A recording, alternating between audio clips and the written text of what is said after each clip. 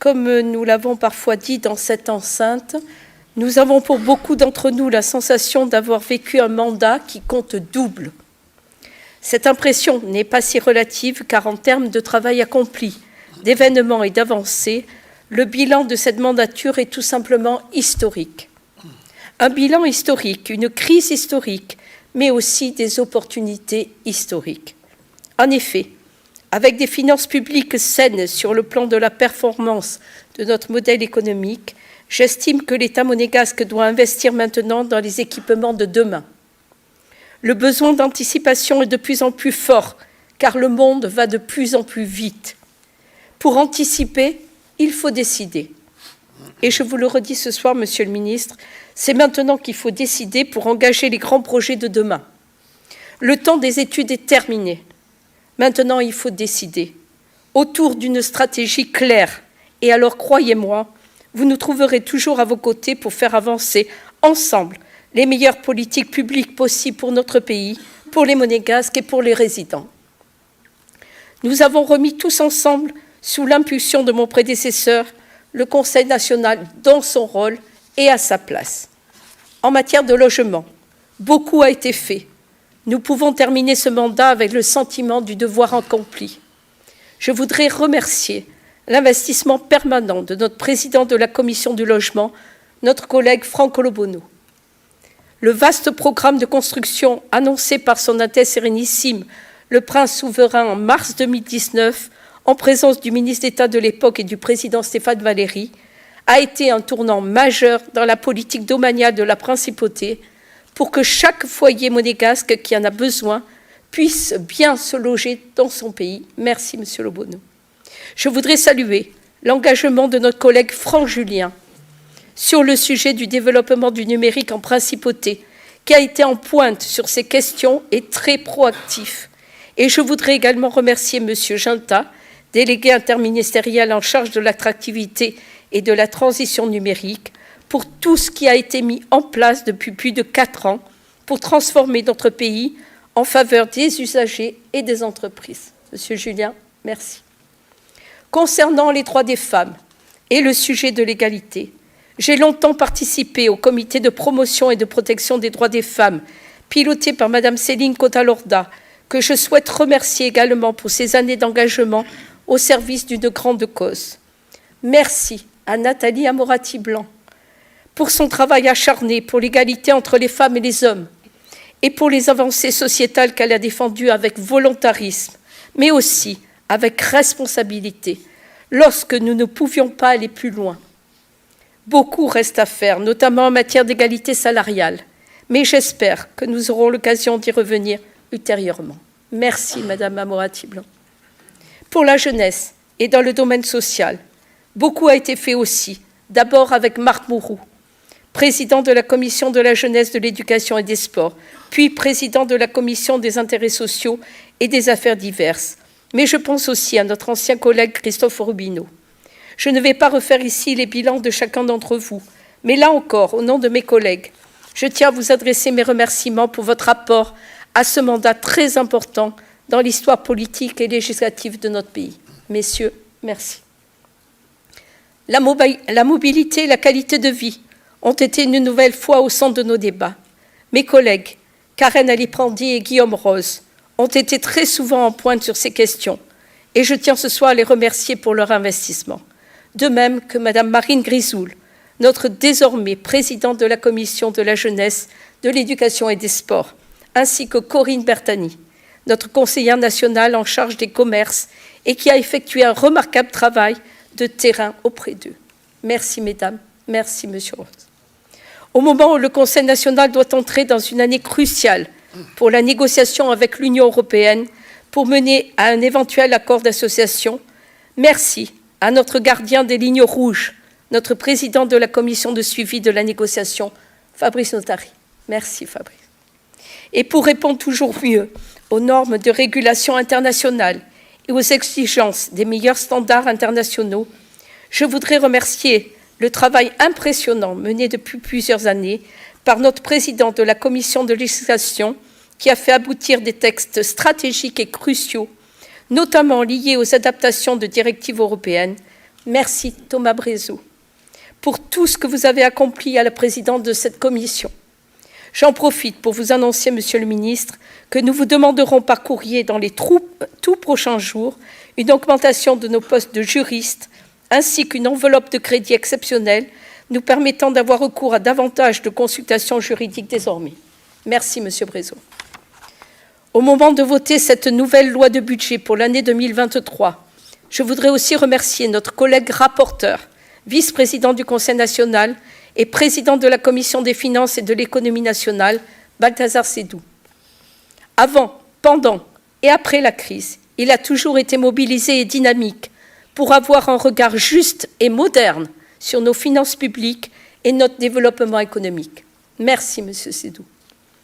Je tiens une nouvelle fois à remercier ce soir nos représentants de la minorité qui travaillent avec nous dans l'unité nationale depuis la création de ce fameux comité mixte de suivi Covid-19 instauré par le prince souverain en mars 2020. Nous avons tant fait ensemble pour contribuer aux côtés du gouvernement à la protection de la population, à l'accompagnement des acteurs économiques, commerçants et salariés de la principauté. Jacques Ritt, notre docteur, nous a toujours été d'une grande utilité dans toutes nos réunions préparatoires au comité mixte et vos interventions en séance publique, mon cher collègue, nous manqueront. Votre verbe, votre sens de la démonstration nous ont beaucoup apporté au cours de vos mandats successifs.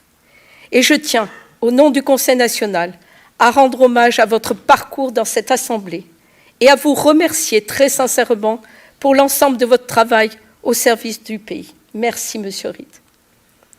Chère Béatrice Fresco-Rolfo, cher Jean-Louis Grinda, c'est un vrai plaisir de travailler avec vous pour l'avenir de notre pays. Je sais que je peux compter sur l'expérience qui est la vôtre et sur votre apport à cette belle institution. Merci, Madame. Merci, Monsieur. Je tiens également à remercier mes collègues José Badia, notre brillant président de la Commission des relations extérieures, pour ses analyses toujours pertinentes et pour son expérience qu'il a bien voulu partager avec nous tous. Merci, José Badia. Je pense aussi à ma chère Michèle Ditlou, avec qui j'ai partagé tant de moments politiques forts depuis 2003.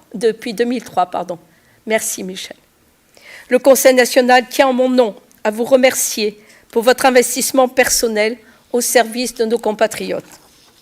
Je voudrais également adresser mes remerciements à nos collègues Pierre Bardy, Jean-Charles Emmerich et Pierre Van Claveren pour leur travail durant ce mandat et pour leur contribution toujours constructive et efficace. Messieurs, merci.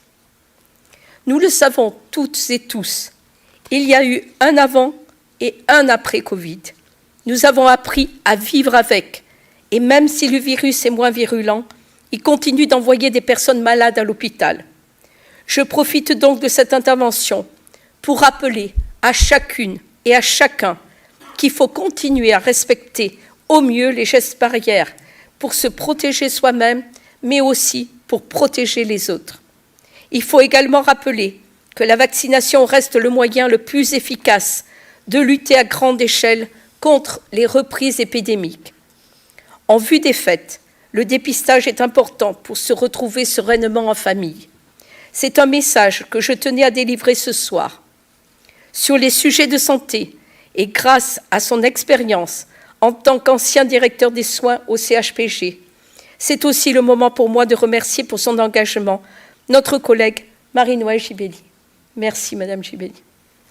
Pragmatisme et responsabilité, ce sont ces mots que mon prédécesseur m'a adressés lorsqu'il m'a demandé de poursuivre le travail qu'il a si bien installé à travers le Conseil national pour le bien des Monégasques et des résidents. Ce soir, avant de conclure, je voudrais lui rendre un hommage appuyé pour l'ensemble de sa trajectoire politique au service de notre communauté nationale, pour avoir su nous rassembler, pour avoir su aussi remettre, comme je le disais au début de mon intervention, notre Assemblée à sa juste place, celle qui est prévue par notre Constitution de manière moderne et en phase avec notre temps. Il est appelé à diriger à l'avenir notre fleuron économique, la société la plus prestigieuse, économiquement et socialement, la plus importante de notre pays. nous lui adressons toutes et tous une nouvelle fois tous nos vœux de réussite dans ses futures fonctions.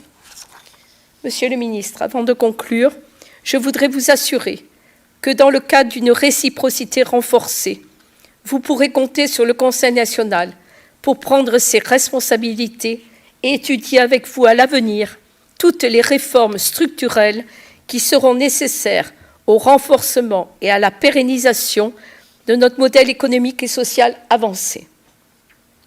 Nous devons avoir le courage de regarder devant.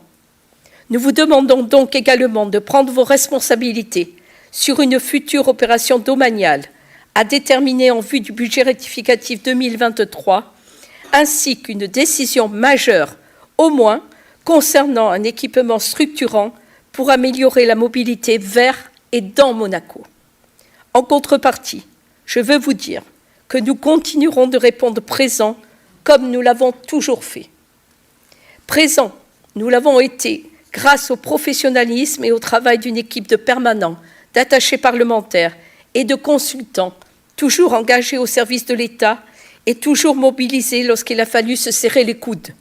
En mon nom et en celui de tous les élus, je tiens à les remercier toutes et tous ce soir, et en particulier notre chef de cabinet, Madame Virginie Cotta. Ce courage de regarder devant, avant qu'une autre page se tourne, qui pourra en écrire les lignes dans cet hémicycle dès les prochaines semaines, et déjà, puisque c'est la période, une forme de vœu pour l'avenir, pour nos enfants. En préparant cette séance, j'ai relu les mots qu'avait prononcés mon prédécesseur sur ce siège, alors qu'il venait d'être élu président de notre Assemblée. Le texte est public, vous pouvez le retrouver sur le site du Conseil. Tout ce que nous avons engagé durant ces 5 années y était déjà tracé, à commencer par la main tendue aux minorités qui depuis consolident notre union. Tout, et en particulier l'ambition que notre place fût retrouvée au sein des institutions, ce qui était l'engagement premier de cette mandature. La principauté va, l'an prochain, commémorer le centenaire de la naissance de notre prince bien-aimé Régnier III. Cette place, qui devait prendre à ses yeux le Conseil national, il suffit de la chercher dans ces mots, le jour de la proclamation de la Constitution de 1962. Je le cite. « Cette Constitution répond à 2 nécessités, celle de perfectionner nos institutions, celle ensuite de satisfaire les souhaits légitimes de la population traduits par le Conseil national. Il est donc temps de refermer cette page, celle de la mandature entamée en 2018. Avec mes chers collègues, je suis certain que vous partagerez mon sentiment, le sentiment du devoir accompli. Avec une infinie reconnaissance pour tous les permanents, héros invisibles de cette aventure au service du pays, qui n'ont jamais compté leurs heures. Avec le cœur plein de gratitude pour les monégasques qui nous ont fait confiance tout au long du chemin et qui n'ont cessé de nous encourager, même quand les temps étaient difficiles. En un mot, merci à vous tous.